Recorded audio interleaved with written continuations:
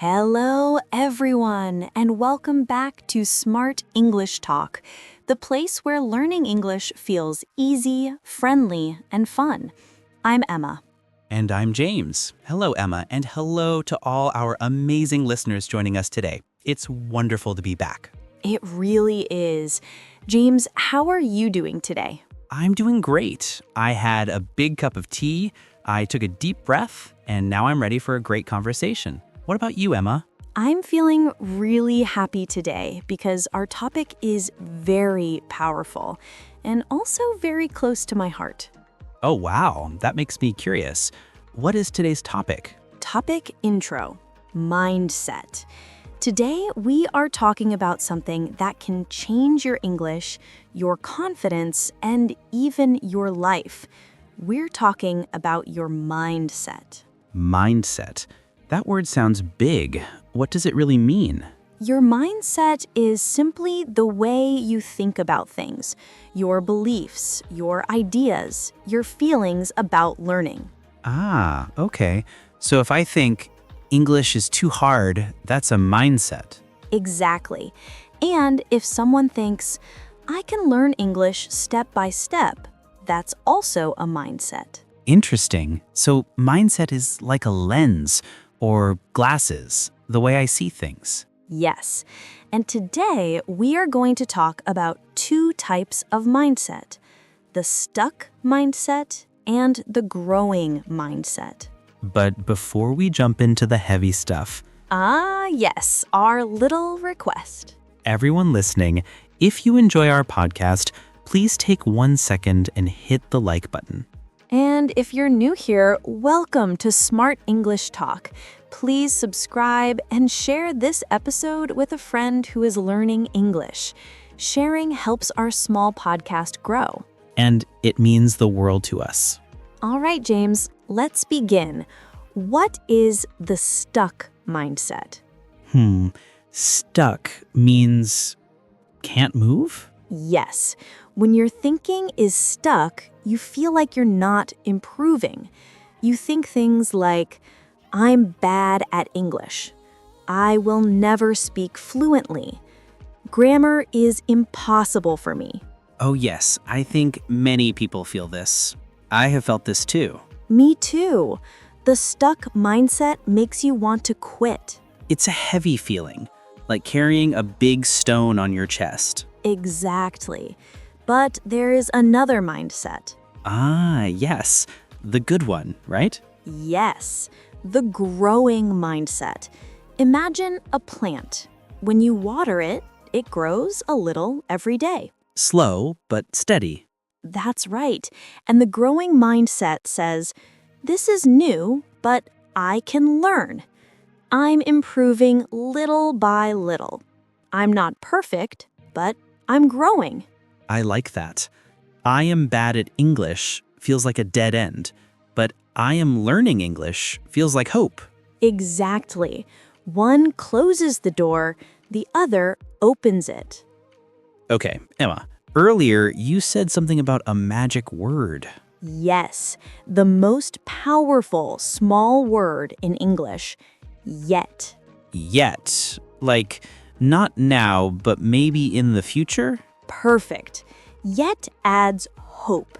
Let's try an example. Okay. Stuck thought. I don't understand this sentence. Now add the magic word. I don't understand this sentence yet. Yes! How does that feel? Wow, that really changes the energy. The first one feels like stop. The second one feels like keep going. Exactly. Try another one. I can't speak English fluently yet. Amazing! That tiny word makes your brain believe improvement is possible. Chapter 4, Mistakes Are Good. Emma, I have to admit something. I hate making mistakes. James, you're not alone. Everyone hates mistakes. But listen, mistakes are not bad. Mistakes are information. Information? Yes. Let me explain with a simple example. Imagine a baby learning to walk. Oh yes, I've seen this. They stand up, wobble, and fall down. They fall 100 times. But does anyone tell them, "You're stupid, stop trying"? Never. We laugh and say, "Good job, try again." Exactly, because falling is how they learn what works and what doesn't. So mistakes are like falling? Yes, every mistake teaches your brain something new. I love that. So when I say the wrong word, I'm not failing, I'm learning. Exactly.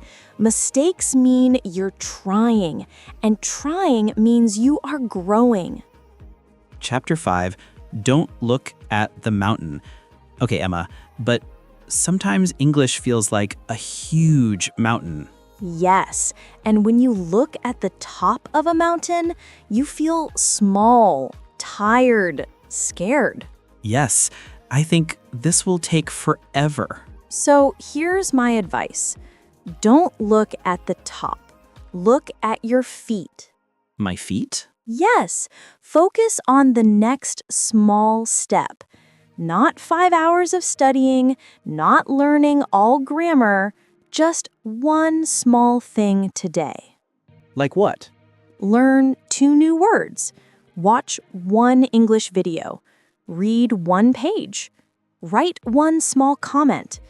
Tiny steps build big change. I love this. Feels easier, more peaceful. Chapter 6, The One Brick Story. Let me share a small story. There was a man who wanted to build a huge, beautiful wall. He looked at the empty space and thought, "This is impossible." The stuck mindset. Yes. But then an old friend told him, "You cannot build a wall today, but you can place 1 brick today." 1 brick. So he did. He placed 1 perfect brick. Next day, another. Next day, another.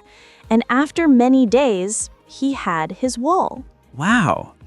So English is the same. We don't build fluency in 1 day.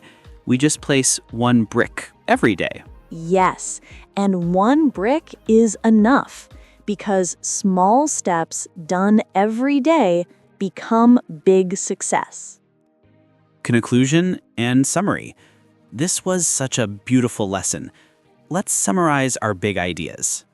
Idea number 1, change stuck thoughts into growing thoughts.